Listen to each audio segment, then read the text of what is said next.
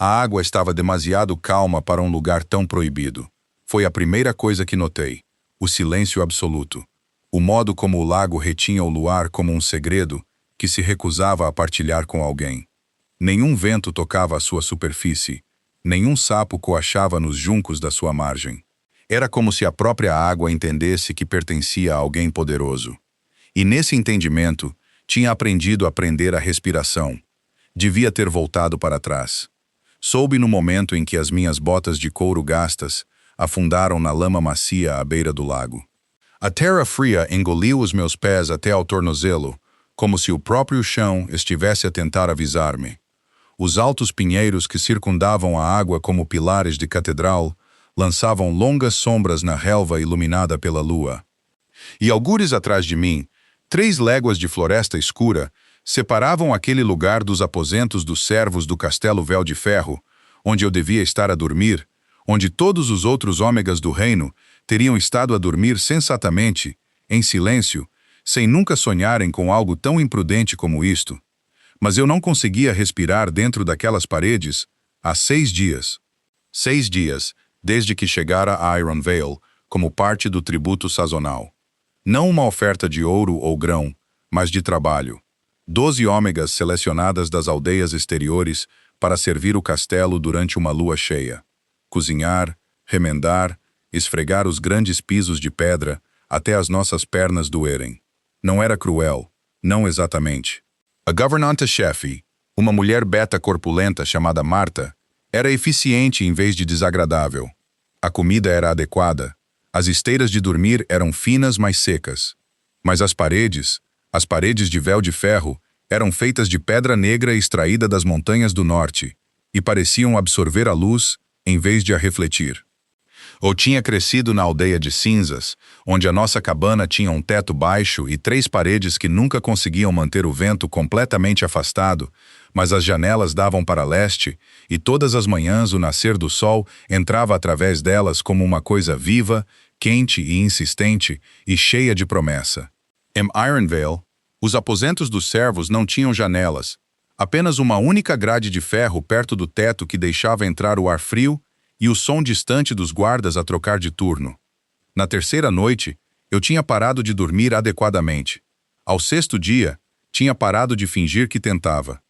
Então, enrolei a minha capa de lã cinzenta nos ombros, meti a minha longa trança loira dentro do capuz e saí furtivamente pelo portão lateral que o velho servo da cozinha, um beta magricela chamado Corvin, deixava sempre destrancado depois das suas rondas noturnas. Eu não sabia para onde ia. Só sabia que precisava de céu acima de mim e ar livre à minha volta. Precisava disso como uma pessoa precisa de água depois de 3 dias sem ela. A floresta não me assustou. Eu era de cinzas, tinha crescido a navegar por bosques escuros e caminhos musgosos e o tipo de silêncio que tem textura. Espera. O que me surpreendeu foi o que esperava no fim da floresta.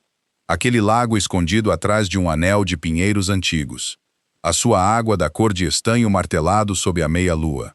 A sua superfície tão perfeitamente imperturbada que parecia um espelho deixado deitado na relva. Tinha ficado na sua margem durante muito tempo. Não havia nenhuma placa, nenhum aviso entalhado cravado na terra, mas tinha ouvido os sussurros nas cozinhas do castelo, o modo como os outros servos falavam sobre os terrenos do norte em voz baixa e cuidadosa, o Lago do Rei, os terrenos privados. Ninguém vai para norte do velho trilho dos carvalhos. Ninguém. E, no entanto, aqui estava eu.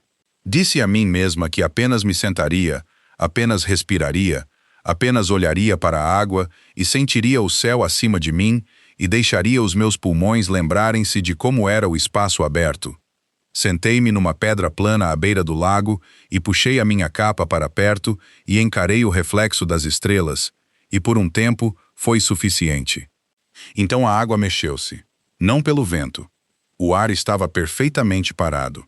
Era algo debaixo da superfície, alguma corrente lenta ou nascente subterrânea, e enviou uma única ondulação para fora do centro do lago, um anel perfeito expandindo-se na minha direção até lamber suavemente a pedra aos meus pés. O toque frio na minha pele enviou algo através de mim que eu não esperava, não medo, mas desejo. Uma atração que eu não conseguia explicar totalmente. Antes de entender completamente o que estava a fazer, tirei as minhas botas. Depois a minha capa, dobrada cuidadosamente na pedra plana. Depois entrei. O frio atingiu-me como um suspiro contido finalmente libertado. Correu pelas minhas pernas, pela minha cintura, agarrou o meu peito, de uma forma que forçou cada pensamento superficial e ansioso da minha mente num instante. Havia apenas a água, apenas o presente puro, limpo, absoluto e frio. Deixei-o levar-me mais fundo, empurrei-me do fundo enlameado e flutuei de costas com os braços estendidos e o céu escuro todo acima de mim. E pela primeira vez em 6 dias, senti-me como eu mesma. Não o ouvi aproximar-se. Não ouvi nada, nem passos, nem o movimento do couro armado, nem o estalar de um galho sob uma bota pesada. A primeira indicação que tive de que não estava sozinha foi uma sombra a cair sobre a água. Uma sombra grande, imóvel, que não estava lá um momento antes. Encontrei rapidamente o meu apoio. Em pé, com o peito submerso no lago, a água a escorrer do meu cabelo enquanto me virava para a margem. Ela estava na beira da pedra plana onde eu tinha deixado a minha capa e as minhas botas. Imóvel, completamente perturbadoramente imóvel. Era alto, alto o suficiente para que, mesmo à distância, mesmo na penumbra do luar, ele parecesse reorganizar o espaço à sua volta. Cabelo preto preso em longas tranças que caíam para além dos seus ombros. Uma couraça de couro cruzada com grossas alças castanhas. Uma capa de pelo escuro sobre um ombro. E mesmo da água, mesmo com o luar nas suas costas a projetar o seu rosto meio em sombra, pude ver os seus olhos, azuis, penetrantes e frios, e inteiramente focados em mim. Eu sabia quem ele era. Cada ômega em Iron Vale conhecia o rosto de Sebastião. O seu retrato pendia no grande salão. O seu nome era falado pelos servos no mesmo tom usado para o tempo.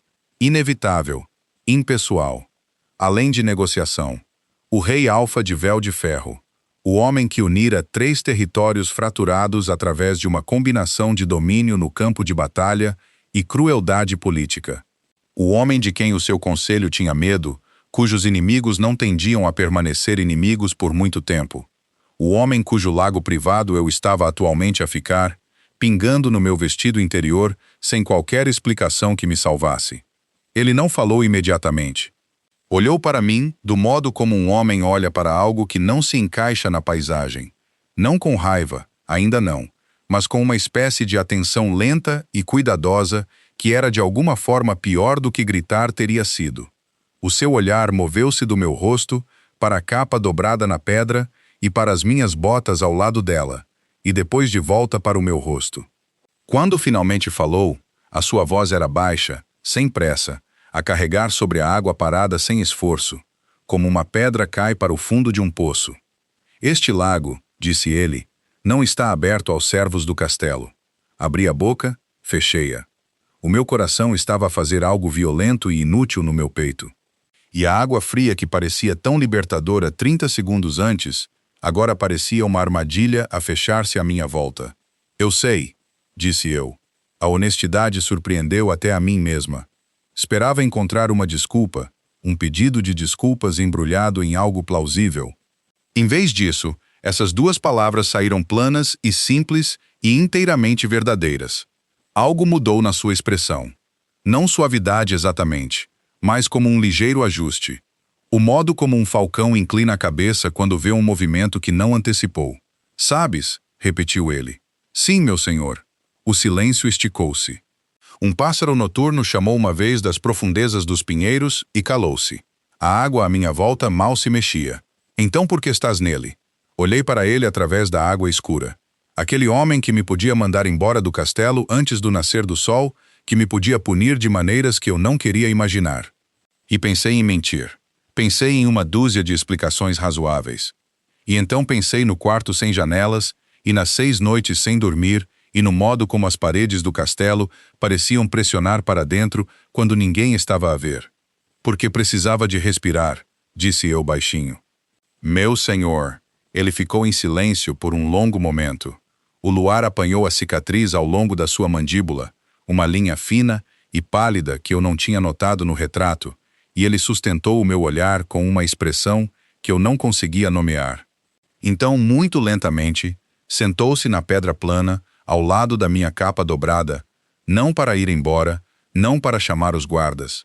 Simplesmente sentou-se, os antebraços apoiados nos joelhos, e olhou para a água como se pretendesse esperar.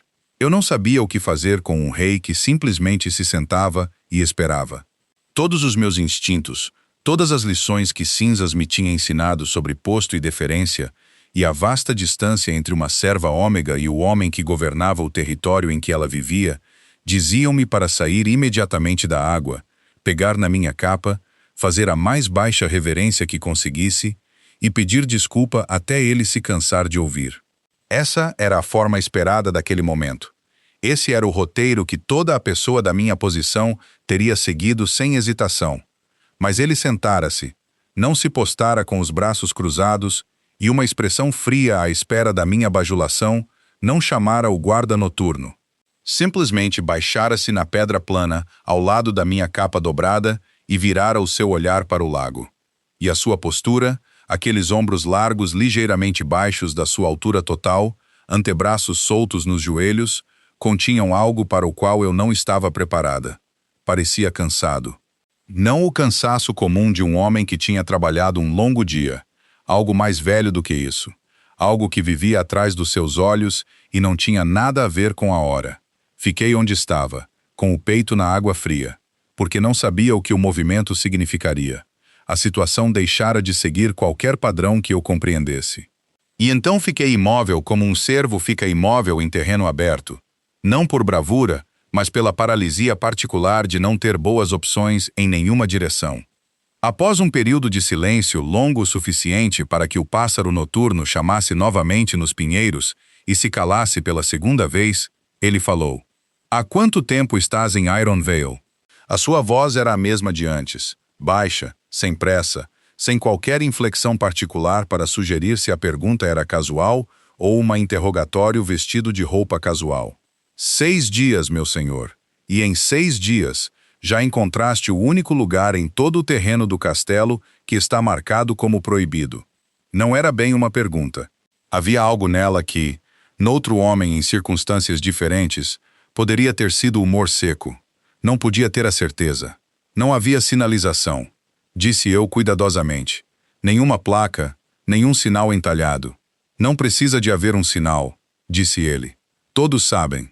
Ouvi os outros servos a falar sobre isso. Admiti que sabia.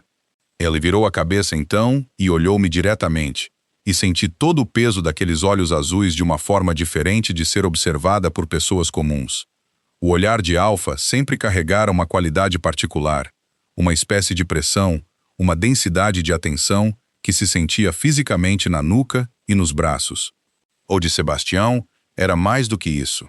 Era o olhar de um homem que passara anos a tomar decisões com as quais outras pessoas tinham de viver.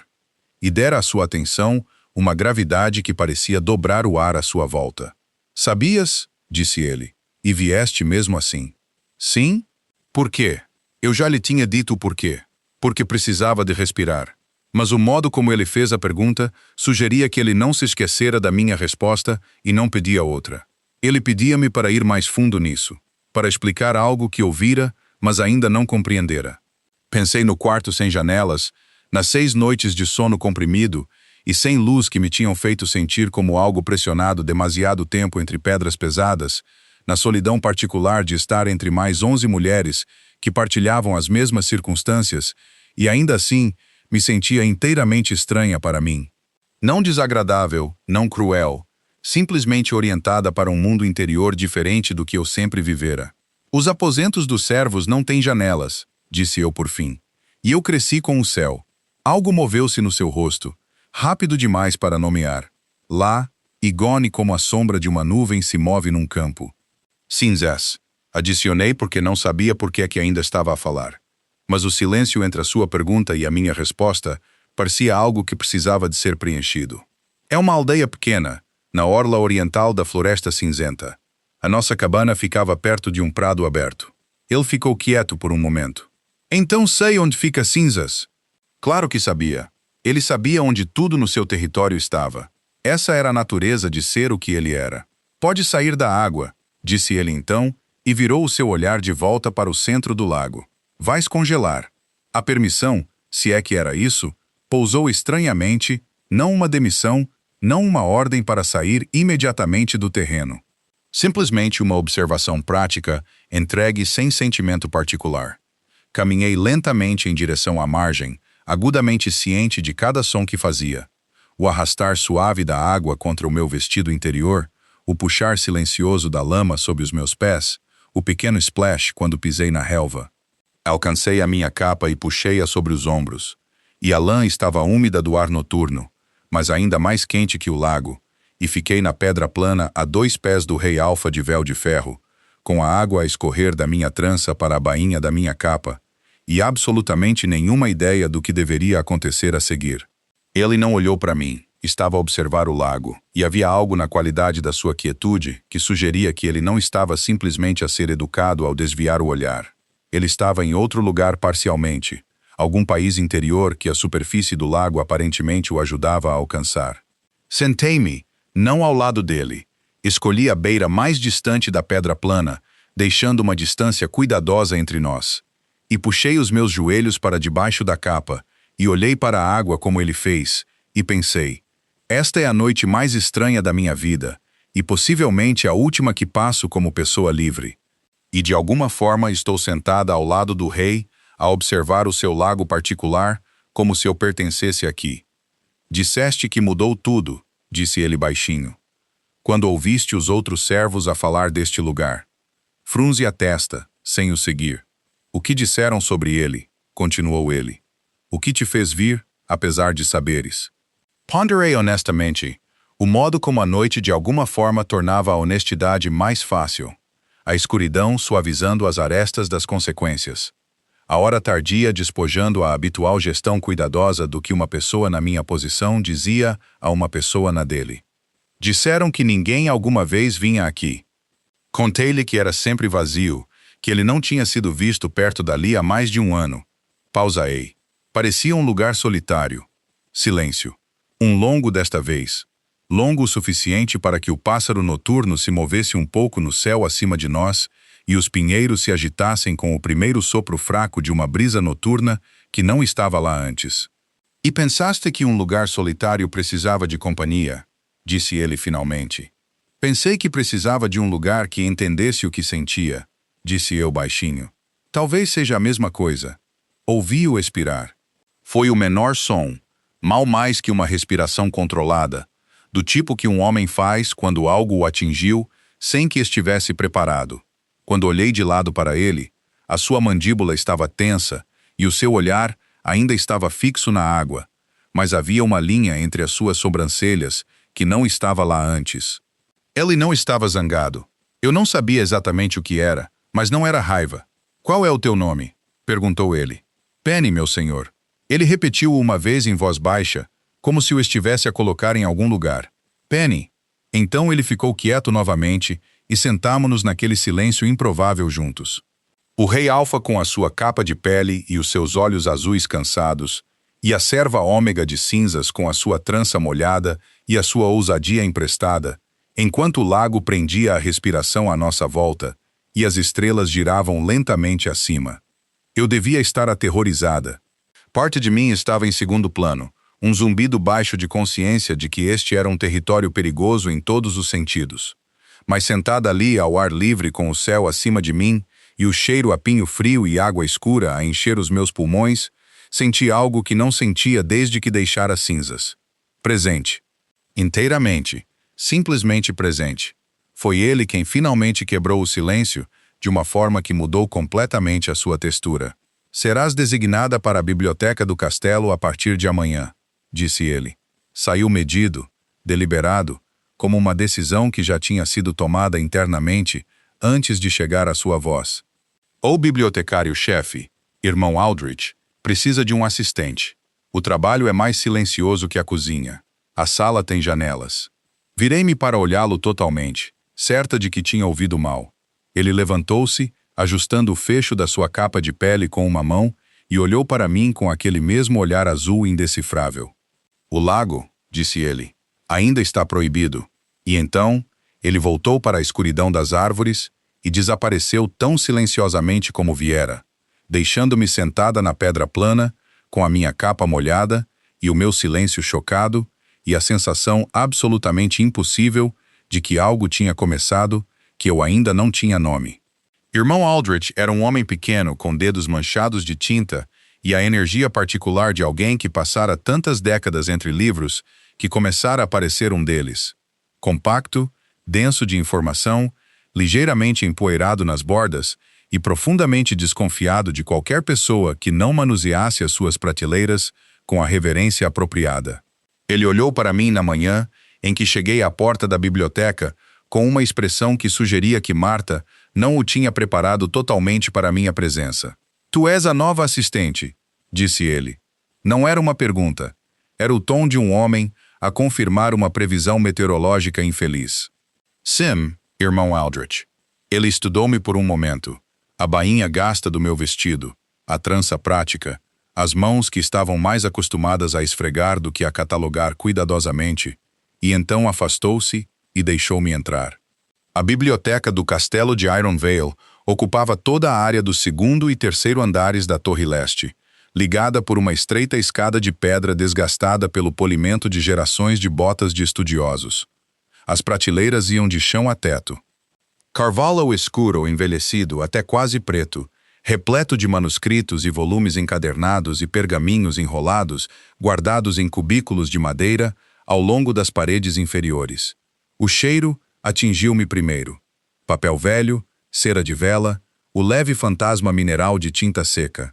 E por baixo disso algo mais quente, algo que me lembrou inesperadamente do interior de uma antiga capela, como se anos de pensamento concentrado tivessem dado ao próprio ar uma espécie de gravidade. E as janelas, 3 delas na parede leste, altas e estreitas, os seus vidros em chumbo a deixar entrar a luz pálida da manhã, em longos e limpos retângulos que caíam no chão como presentes. Fiquei no meio daquela luz e respirei. "O sistema de catalogação", disse irmão Aldrich atrás de mim, já a mover-se em direção às prateleiras com a autoridade rápida de um homem a reclamar o seu domínio, "é da minha própria concessão e está em uso há 40 anos. Vais aprendê-lo exatamente como está. Não o vais melhorar, reorganizar ou sugerir alternativas." "Claro", disse eu. "Vais tirar o pó das prateleiras superiores às terças e sextas-feiras. Nunca vais usar um pano úmido em nenhum manuscrito, independentemente do que esteja nele. Vais substituir cada vela nas salas de leitura antes do toque de recolher, não depois. Entendeste?"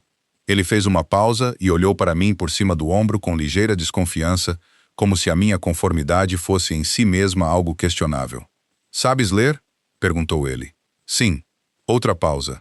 "Com que profundidade?" "Suficientemente bem para seguir o teu sistema de catalogação, irmão Aldrich." Algo mudou na sua expressão. Não calor exatamente, mas o ligeiro reajuste de um homem que se preparara para menos e recebera mais. Virou-se de volta para as prateleiras. "Veremos", disse ele. Os outros servos notaram a mudança na minha designação ao meio-dia. Tornei-me ciente disso na refeição do meio-dia na grande cozinha.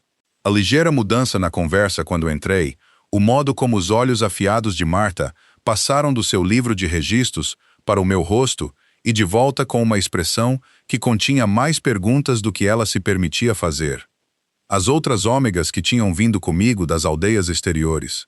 Uma rapariga silenciosa chamada Bess, da região dos pântanos do oeste, e uma mulher de língua afiada e coração caloroso chamada Cora, que tinha 26 anos e mais confiança no seu pequeno dedo do que eu em todo o meu corpo, trocaram um olhar por cima da mesa que senti em vez de ver. "Biblioteca", disse Cora, sem me olhar, a rasgar o pão em pedaços precisos. "Desde quando é que a Marta designa ômegas para a biblioteca?" "Ela não", disse Bess suavemente, também sem me olhar, com os olhos na sua tigela. O silêncio que se seguiu foi o equivalente conversacional de uma sobrancelha levantada. Não disse nada e comi a minha sopa, e estudei os veios da mesa de madeira, e o assunto mudou para outras coisas, e disse a mim mesma que o calor que subia ao meu rosto era simplesmente o calor do fogo da cozinha. Não era totalmente.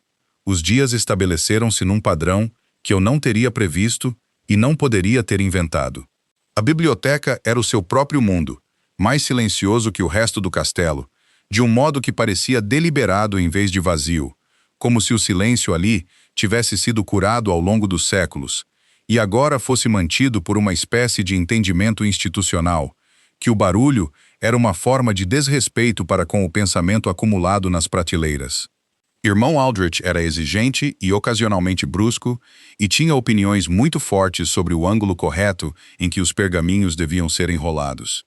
Mas não era desagradável, e depois dos primeiros 3 dias, começou a deixar-me trabalhar independentemente por períodos de 1 hora ou mais, o que considerei a maior forma de aprovação que ele provavelmente ofereceria. Aprendi o seu sistema de catalogação. Era, tinha de admitir, elegante, organizado não apenas por assunto, mas por uma referência cruzada em camadas de origem, data de aquisição e o nome do estudioso que consultara o volume pela última vez, de modo que as prateleiras contavam uma espécie de história sobre a vida intelectual do castelo ao longo das últimas 4 décadas. Achei genuinamente interessante, e o facto de achar interessante surpreendeu-me, porque ninguém alguma vez sugeriu que eu pudesse achar algo assim interessante, muito menos eu mesma. Na 5ª manhã na biblioteca, eu estava a trabalhar através de uma secção de manuscritos mais antigos no 3º andar, catalogando discrepâncias entre os registros de Aldrich e o que estava realmente nas prateleiras, quando ouvi a porta de baixo abrir e fechar. Não eram os passos de Aldrich. Os dele tinham um ritmo particular, o ligeiro arrastar do seu pé esquerdo devido a uma lesão antiga. Este era mais pesado, mais uniforme, com a qualidade particular de alguém acostumado a mover-se silenciosamente, apesar do seu tamanho e a não ter tido sucesso total num quarto com piso de pedra. Mantive os olhos no manuscrito à minha frente e não me movi. Os passos subiram a escada estreita. Pararam no topo. Ouvi-o antes de o ver. Ou melhor, senti a mudança na atmosfera da sala. Aquela mesma mudança gravitacional que senti à beira do lago, como se o ar se redistribuísse à volta da sua presença. Irmão Aldrich diz que reorganizaste o recanto dos manuscritos orientais, disse Sebastião. Virei-me cuidadosamente.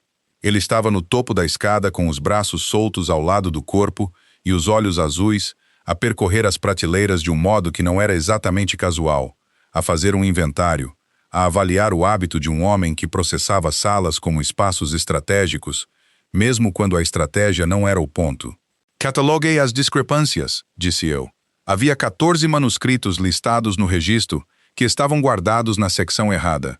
Move-os para onde o catálogo dizia que deveriam estar. Aldrich diz que isso não é o mesmo que onde ele os colocou. Não é, concordei. Mas o catálogo estava correto e a arrumação não estava. Segui o catálogo. Uma pausa.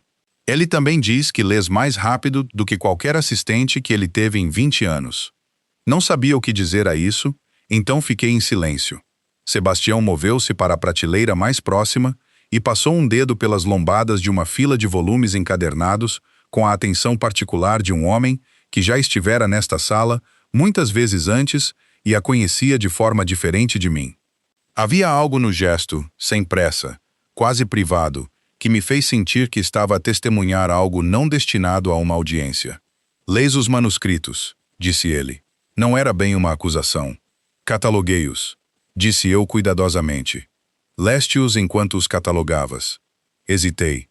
Alguns deles, sim. Ele tirou um volume da prateleira e olhou para a capa, depois para mim. E a conta do século III sobre as disputas de fronteira da Floresta Cinzenta é consideravelmente menos precisa do que o castelo parece acreditar, disse eu, antes que pudesse parar-me. O autor estava a escrever com um propósito político. Metade do que é registrado como acordo territorial era, na verdade, terra contestada, detida por acordo informal. Os mapas no corredor oriental repetem os mesmos erros. O silêncio que se seguiu foi completo. Sebastião olhou-me com aqueles olhos azuis e de repente tornei-me agudamente ciente de que tinha acabado de dizer ao rei Alfa de Iron Vale que os mapas do seu próprio castelo estavam errados. E senti o sangue sair do meu rosto numa maré lenta e fria. mas ele não estava zangado. Ele olhava para mim com aquela expressão novamente, aquela de ligeiro reajuste, como um homem a ajustar o foco do seu olhar para contabilizar algo que estava mais perto do que ele calculou inicialmente. "Mostra-me", disse ele baixinho. E eu mostrei. Passamos quase uma hora no terceiro andar da biblioteca, enquanto a luz da manhã se movia pelas prateleiras e os passos do irmão Aldrich ocasionalmente desciam de baixo. E eu guiei Sebastião através de 3 manuscritos e as discrepâncias entre eles e os mapas do corredor. E ele ouviu com a atenção concentrada de um homem que estava acostumado a receber informações e sabia como as ouvir sem interromper. Quando terminei, ele ficou de pé com os braços cruzados e o olhar no último manuscrito que eu tinha aberto e ficou quieto por um longo momento. "Ninguém apontou isto antes", disse ele finalmente. "Talvez ninguém tenha lido cuidadosamente o suficiente", disse eu. "Ou talvez não achassem que era o seu lugar dizer isso." Ele olhou-me então, e algo no azul dos seus olhos mudou. Não o reajuste desta vez, mas algo mais quente e menos cauteloso. Portanto, apenas um sopro antes de se retirar por trás da habitual quietude do seu rosto. "Não pareces preocupada com o teu lugar", disse ele. "Estou preocupada com isso constantemente", disse eu honestamente. "Simplesmente acho que a verdade é geralmente mais útil que o silêncio." Ele sustentou o meu olhar por mais um momento. Então fechou o manuscrito, colocou-o cuidadosamente de volta na prateleira e caminhou em direção à escada. No topo do degrau, parou sem se virar. "Amanhã", disse ele, "gostaria que examinasses os registros territoriais do norte, todos eles, e escrevesses o que encontras." Desceu antes que eu pudesse responder, e os seus passos cruzaram o chão de baixo, e a porta abriu e fechou-se. E eu fiquei na luz da manhã entre as prateleiras com o meu coração a fazer algo complicado e completamente inútil no meu peito. Cora nunca acreditaria nisto. Não contei a Cora, não porque não a confiasse. Cora era o tipo de mulher que guardava segredos como uma boa capa guarda-chuva, completa e sem queixas, mas porque dizê-lo em voz alta teria tornado real algo para o qual eu não estava pronta.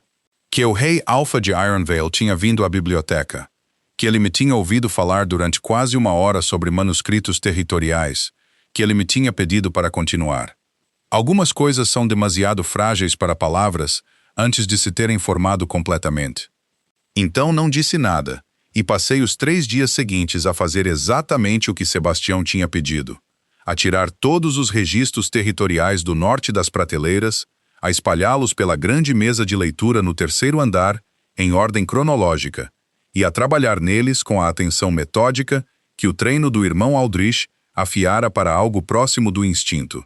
Fiz notas num pergaminho separado na minha letra mais pequena, referenciando datas e nomes e as subtis inconsistências que emergiam quando li as 4 contas do mesmo evento e notava quais os detalhes que apareciam em apenas uma delas.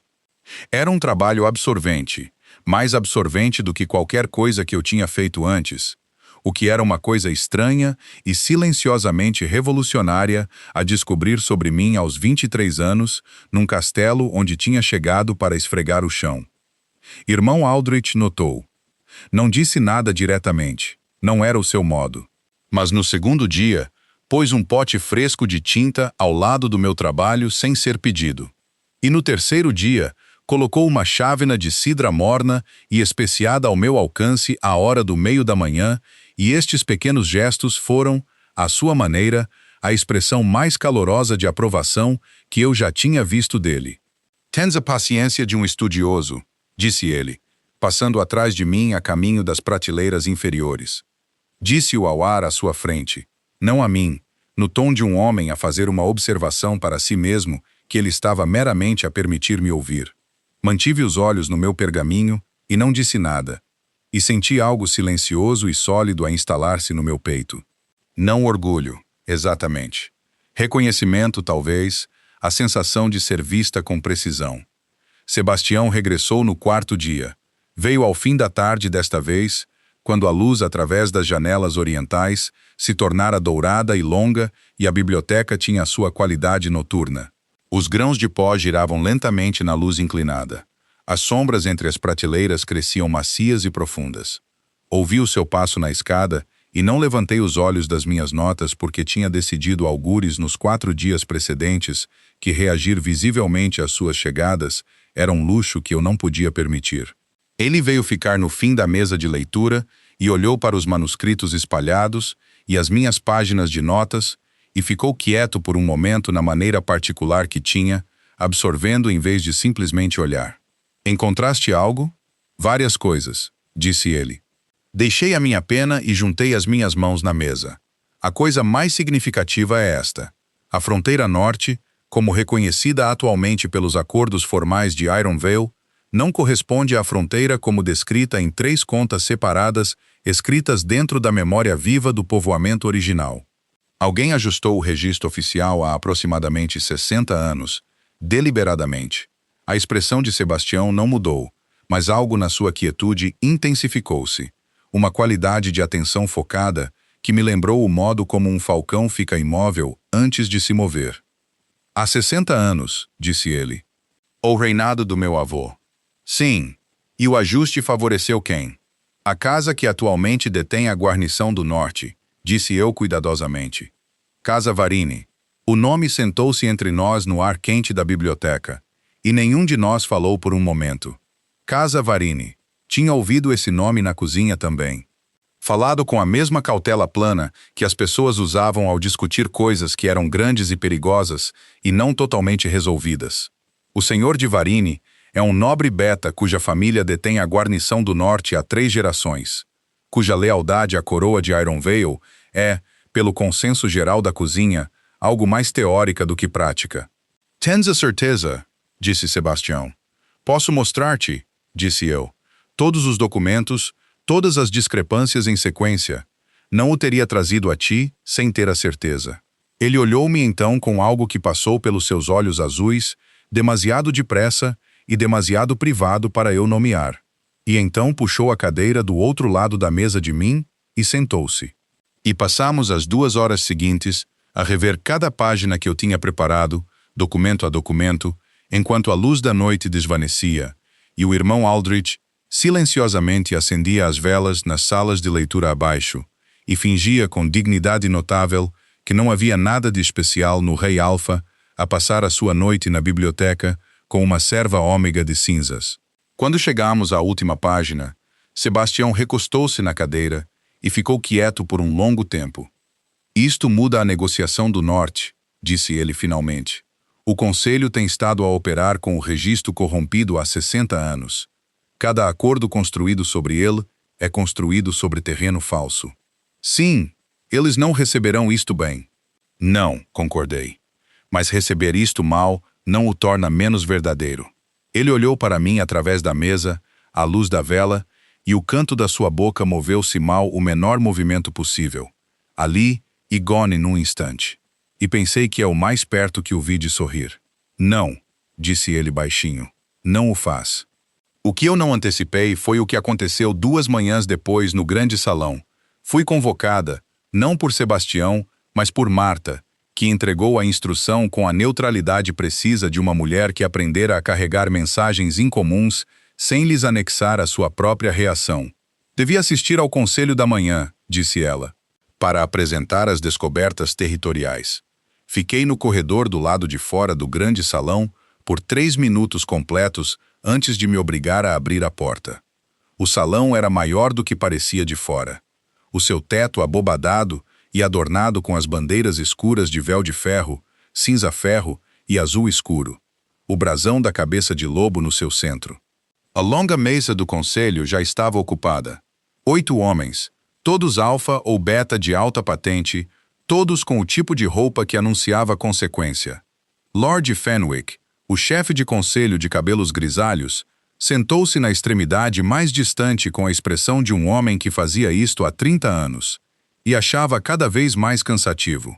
Ao seu lado, um alfa mais jovem que reconheci como Lord Aldis, ombros largos, olhos escuros, com uma confiança fácil que lhe assentava como armadura, observou a minha entrada com curiosidade aberta, em vez da avaliação fria que eu esperava.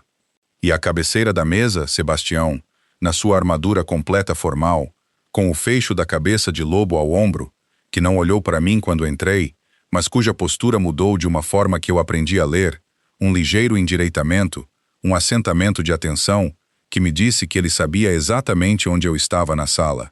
Lord Fenwick olhou-me do modo como um homem olha para um objeto inesperado colocado na sua mesa de pequeno almoço. Isto, disse ele, dirigindo-se a Sebastião, sem me reconhecer diretamente, é a origem das descobertas do norte. Lady Penny de Cinzas, disse Sebastião, e o título, que eu não era, nunca tinha sido, não tinha direito a terras, pousou na sala com uma autoridade silenciosa que ousava qualquer um na mesa a questioná-lo. Ela apresentará as suas descobertas. Tu vais ouvi-las. Ninguém o questionou. Apresentei durante 40 minutos. Tinha trazido os documentos-chave organizados como os tinha organizado na mesa da biblioteca e guiei o conselho, através de cada discrepância, com o mesmo cuidado metódico que usara com Sebastião, e a minha voz apenas vacilou uma vez. Quando Lord Fenwick interrompeu com o tipo particular de pergunta concebida, não para procurar informação, mas para demonstrar ceticismo, e eu estudei-a e respondi-lhe diretamente, e não olhei para a cabeceira da mesa para obter segurança, porque sabia, por algum instinto que não conseguia explicar totalmente, que olhar para lá minaria exatamente o que eu estava a tentar fazer. Quando terminei, o silêncio no grande salão era de uma qualidade diferente do silêncio da biblioteca, mais pesado, mais habitado. Lord Aldous falou primeiro. Se isto se confirmar, e a documentação parece confirmar, então a guarnição do norte tem operado em terreno falsificado há 60 anos. Vaughan contestará, disse Lord Fenwick. Vaughan pode contestar com os documentos originais à sua frente, disse Sebastião, o que ele não poderá refutar. Ele encontrará outra forma de contestar, disse Lord Fenwick, e a sua voz mudara. O ceticismo não desaparecera, mas afastara-se para dar lugar a algo mais prático. Ele tem aliados na fronteira oriental. Isto não será uma negociação silenciosa. Não, concordou Sebastião. Não será. A reunião continuou por mais 1 hora, movendo-se para território e estratégia que estavam muito acima da minha posição. E a certa altura, o olhar de Sebastião moveu-se para mim brevemente, o menor sinal, mal um desvio dos seus olhos, e recolhi os meus documentos silenciosamente e movi-me em direção à porta. Estava quase a sair, quando a voz de Lord Aldous me seguiu para o corredor.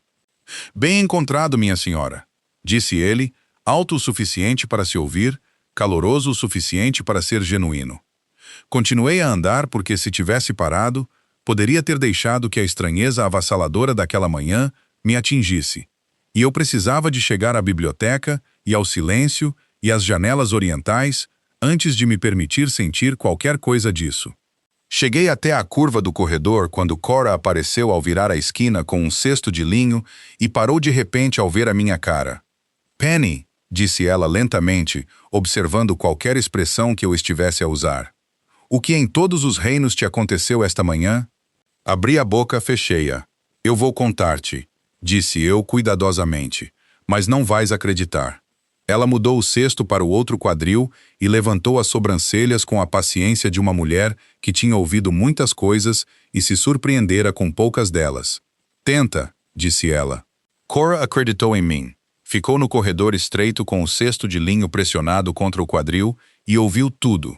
O lago, a pedra plana, a redistribuição, a biblioteca, os manuscritos, o grande salão, Lord Aldous a chamar-me minha senhora, enquanto eu saía pela porta. E quando terminei, ela ficou quieta por um momento, no modo particular em que Cora ficava quieta quando estava a organizar os seus pensamentos, em vez de os perder. Sebastian, disse ela finalmente com grande deliberação, chamou-te Lady Penny, na frente de todo o conselho. Sim, tu és uma serva ômega de cinzas que foi designada para cá para esfregar o chão. Eu sei. Ela olhou-me por mais um longo momento. Então pegou no seu cesto e continuou a andar e disse por cima do ombro. Devias ter muito cuidado, Penny. Não foi um aviso contra Sebastião. Percebi isso imediatamente porque Cora era demasiado inteligente para avisos simples e demasiado calorosa para avisos frios. Foi um aviso sobre o espaço entre o que algo era e o que parecia ser. E o modo como as pessoas que ocupavam esse espaço tendiam a atrair uma qualidade particular de atenção, nem toda ela amável. Levei as suas palavras comigo de volta para a biblioteca e coloquei-as ao lado de tudo o mais que estava a carregar, que já era considerável. Os problemas vieram, como os problemas em castelos geralmente vêm, não alto, mas de lado. Foi Bess quem me trouxe a primeira indicação, 3 dias depois da reunião do conselho, na hora calma antes da refeição noturna. Encontrou-me no recanto da biblioteca onde eu estava a trabalhar, através de um conjunto secundário de correspondências de Varin, que Sebastião tinha enviado com uma nota selada, pedindo-me para procurar qualquer coisa relevante para a questão da fronteira. Bess era uma pessoa gentil e cuidadosa que escolhia as suas palavras como uma pessoa escolhe o piso em terreno gelado, deliberadamente com atenção total, e quando se sentou à minha frente com as mãos cruzadas e os seus olhos cinzentos sérios, deixei a minha pena. A conversa, disse ela simplesmente. Que tipo? Do tipo que começa nos aposentos superiores dos servos e desce, disse ela. A presença da Lady Sarafine. Estão a dizer que uma ômega das aldeias exteriores recebeu privilégios acima do seu posto, que é inapropriado que sugere. Ela fez uma pausa, escolhendo as suas palavras. Um tipo particular de favor. As implicações instalaram-se na sala sem necessidade de serem explicitadas. Lady Sarafine de Casa Varini era a filha do Sr. Beta mais poderoso de Iron Vale, uma mulher de 25 anos que fora ligada à corte do castelo há 2 anos, e cuja posição em relação a Sebastião era, segundo o entendimento geral da cozinha, de esperança considerável por parte da sua família. Era alta, de cabelo escuro, impecavelmente vestida, e tinha a confiança polida que vinha de uma vida de ser-lhe dito que era exatamente o tipo certo de pessoa para todas as salas em que entrava. Ela olhou para mim uma vez no corredor do grande salão, na manhã seguinte à reunião do conselho, com uma expressão que eu tinha arquivado sob coisas para me preocupar mais tarde e que ainda não tinha recuperado. Mais tarde, aparentemente, era agora. Obrigada, disse eu a Bess. Tem cuidado, disse ela, que era exatamente o que Cora tinha dito. E eu estava a começar a entender que as 2 pessoas mais perspicazes do meu mundo imediato tinham chegado à mesma conclusão independentemente, o que significava que era quase certamente correto. Lady Sarafine encontrou-me ela mesma na tarde seguinte.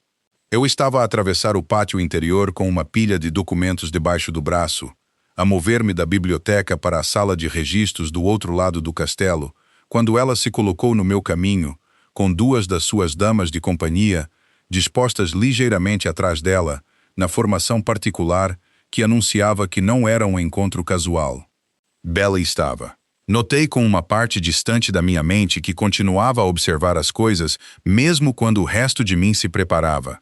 Cabelo escuro genuinamente bonito, arranjado numa elaborada espiral, um vestido verde escuro com bordas bordadas, o tipo de presença composta e deliberada que uma grande quantidade de cultivo cuidadoso produzira. Tu és a ômega da biblioteca, disse ela. Não uma pergunta. Sim, minha senhora. Ela olhou para mim com avaliação fria, e eu fiquei imóvel sob ela, do modo como aprendera a ficar imóvel em situações desconfortáveis. Não com a tensão rígida do medo, mas com algo mais silencioso, uma espécie de espera paciente. Apresentaste perante o conselho, disse ela. Apresentei descobertas dos registros territoriais. Sim, é um papel invulgar para uma serva sazonal. As descobertas foram invulgares, disse eu cuidadosamente. O papel seguiu-se a elas. Algo moveu-se atrás da sua expressão composta. Não raiva exatamente, mas como o reconhecimento de um adversário que não ia tornar isto simples. Deves entender, disse ela, a sua voz baixando ligeiramente de tom, assumindo a qualidade particular de uma declaração destinada a instruir em vez de conversar. Que véu de ferro tem uma ordem particular. Os postos existem por razões. As pessoas que saem do seu lugar designado. Ela fez uma pausa. Raramente o acham confortável quando são devolvidas a ele. Olhei para ela por um momento. O pátio não estava vazio.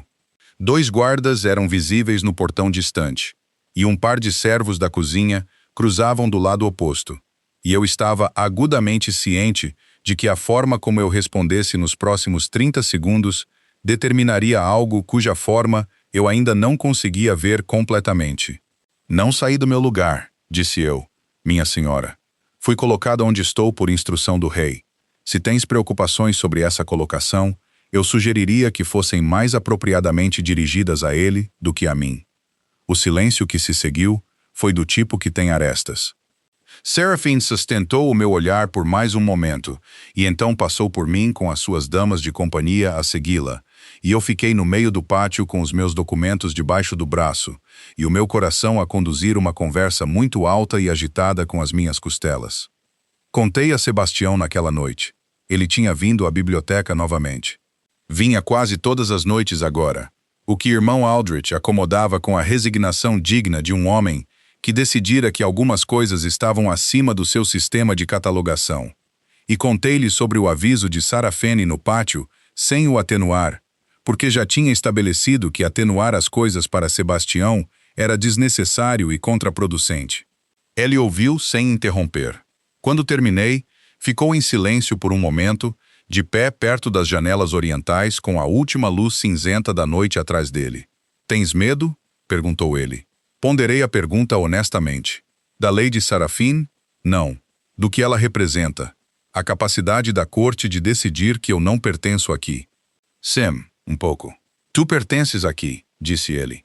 Disse-o simplesmente, sem drama ou declaração, no mesmo tom que poderia ter usado para confirmar que um documento estava corretamente arquivado, como se fosse um facto já estabelecido e apenas necessitando de ser dito ocasionalmente em voz alta. Olhei para ele na luz fraca da biblioteca e senti algo abrir-se silenciosamente no meu peito. Não de repente, não dramaticamente, mas do modo como uma janela se abre numa sala que esteve fechada tempo demais, uma admissão lenta e constante de ar que muda a qualidade de tudo lá dentro. "Sebastião", disse eu, e a ausência do meu senhor foi deliberada, e ele notou-a. Vi-o notá-la. Aquela pequena mudança na sua expressão. "Por que vens aqui todas as noites?" Ele sustentou o meu olhar. "Porque o trabalho o exige." "O trabalho", disse eu, "não o tem exigido todas as noites. Algumas noites vens e não falamos do trabalho de todo." Uma pausa. Lá fora, o vento tinha aumentado e movia-se pelos pinheiros nos terrenos do norte. Um som como o lago no escuro, como a primeira noite, como tudo o que tinha estado a acumular-se silenciosamente entre nós, desde o momento em que ele se sentou numa pedra plana, em vez de fazer o que toda a lei de posto e razão dizia que ele deveria ter feito. "Não", disse ele finalmente baixinho. "Algumas noites não é o trabalho." As palavras assentaram entre nós com o peso particular de coisas que são verdadeiras e conhecidas e simplesmente não foram ditas até agora. O que aconteceu a seguir não foi uma declaração dramática num grande salão. Não uma proclamação pública que reorganizou a compreensão da corte sobre si mesma num único momento. Foi mais lento que isso e mais permanente.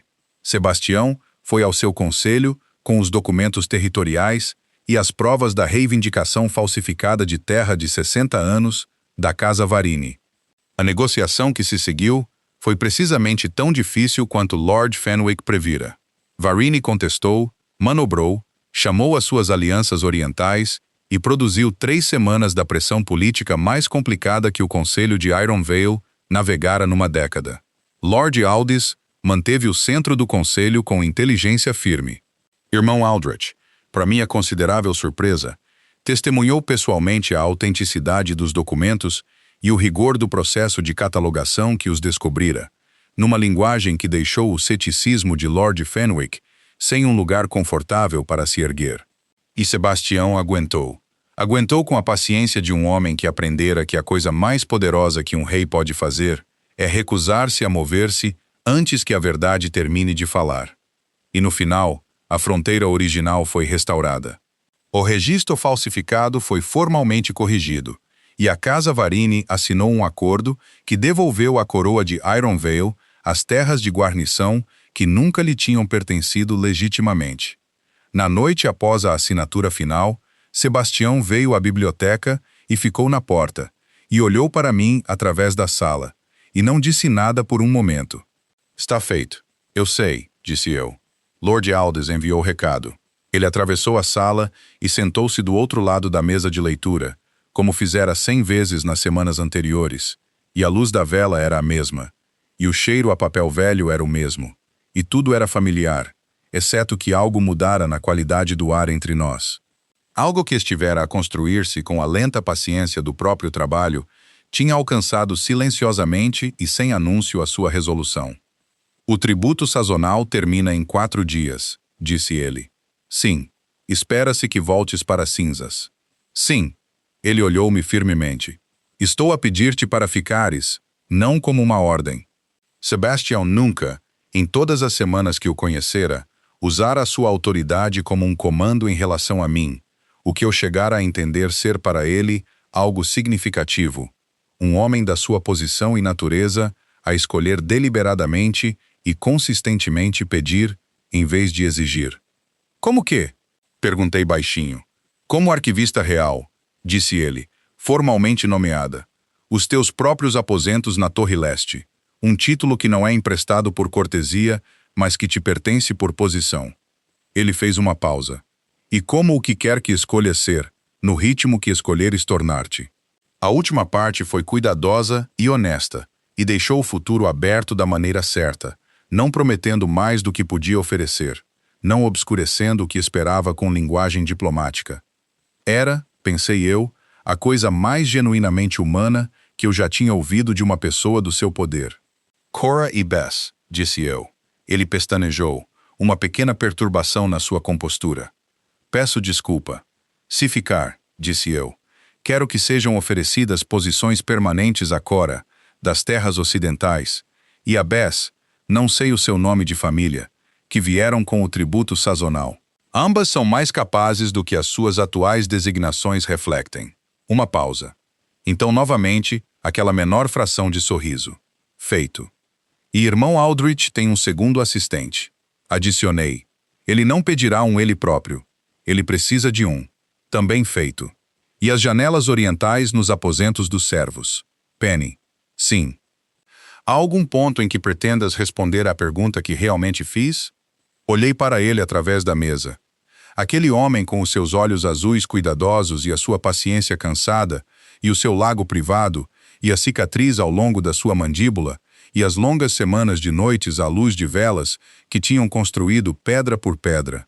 Algo que eu não tinha procurado e que agora não conseguia imaginar ser sem ele. Sim, disse eu, ficarei. As estações viraram em Iron Vale como as estações viram em reinos antigos. Lentamente, com cerimônia, com o peso de tudo o que aconteceu nelas, pressionando suavemente contra tudo o que ainda está para vir. Cora tornou-se chefe das lojas de linho do castelo em 6 meses e administrava-as com a eficiência alegre de uma mulher que esperara a vida inteira por alguém lhe dar autoridade adequada. Ela também, no seu modo característico, tornou-se a pessoa mais bem informada do castelo sobre tudo o que acontecia em todos os corredores, o que se revelou extraordinariamente útil em múltiplas ocasiões. Bess foi designada para o salão de curandeiros do castelo, onde se tornou aparente em 15 dias que ela tinha um dom para o trabalho que simplesmente nunca tinha tido espaço para emergir. Era quieta e precisa e tinha uma paciência com pessoas assustadas que a curandeira sênior, uma mulher beta envelhecida chamada Greta, declarou ser mais rara do que qualquer erva nas suas reservas. Ela ficou, floresceu, parou de olhar para o chão quando falava. Irmão Aldrich recebeu o seu segundo assistente, um jovem estudioso beta chamado Pell, que era sincero e ocasionalmente caótico, e que Aldrich olhava com a afeição paciente de um homem que pedira ajuda e recebera mais entusiasmo do que estritamente precisava. Ele, apesar de si mesmo, estava claramente afeiçoado ao rapaz dentro de um mês. Lord Fenwick permaneceu cético sobre a maioria das coisas e de todos, o que, como Lord Aldous apontou alegremente, era a qualidade que o tornava o membro mais útil do conselho. Ele acabou por reconhecer, no seu estilo particular, obliquamente a outra pessoa, em linguagem que permitia negação plausível, que a restauração territorial tinha sido uma das mais significativas correções políticas da geração passada.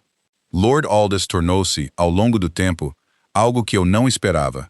Um amigo na forma descomplicada, como certas pessoas se tornam amigas, através do acúmulo de honestidade e refeições partilhadas, e da facilidade particular de alguém que nunca exigiu que eu fosse algo diferente do que era.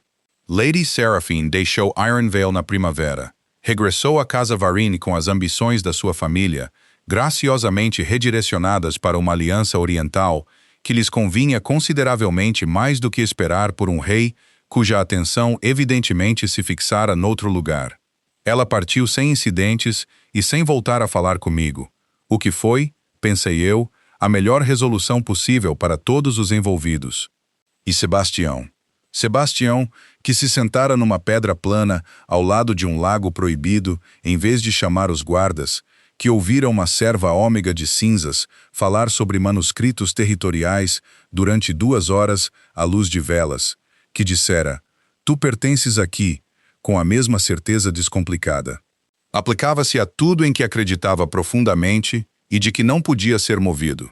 Na manhã do primeiro inverno, depois de eu ter ficado, ele veio à biblioteca antes que irmão Aldrich chegasse. Quando a geada ainda estava no interior das janelas orientais, e a luz da manhã entrava através delas em finas e pálidas folhas, e ele estava no meio da sala, e olhou para mim e disse baixinho, gostaria de te perguntar algo. Geralmente fazes, disse eu, largando a minha pena. Isto é diferente. Olhei para ele. A luz de inverno era honesta e clara, e caía sobre o seu rosto sem lisonja. E vi-o exatamente como era, não o retrato no grande salão, não o peso do título, mas o homem em si, com os seus olhos cuidadosos e os seus cansaços privados, e a coisa que ele estava a carregar sozinho por muito tempo antes que uma mulher num lago proibido decidisse que lugares solitários precisavam de companhia. Então pergunta, disse eu. Ele perguntou, e eu disse, sim.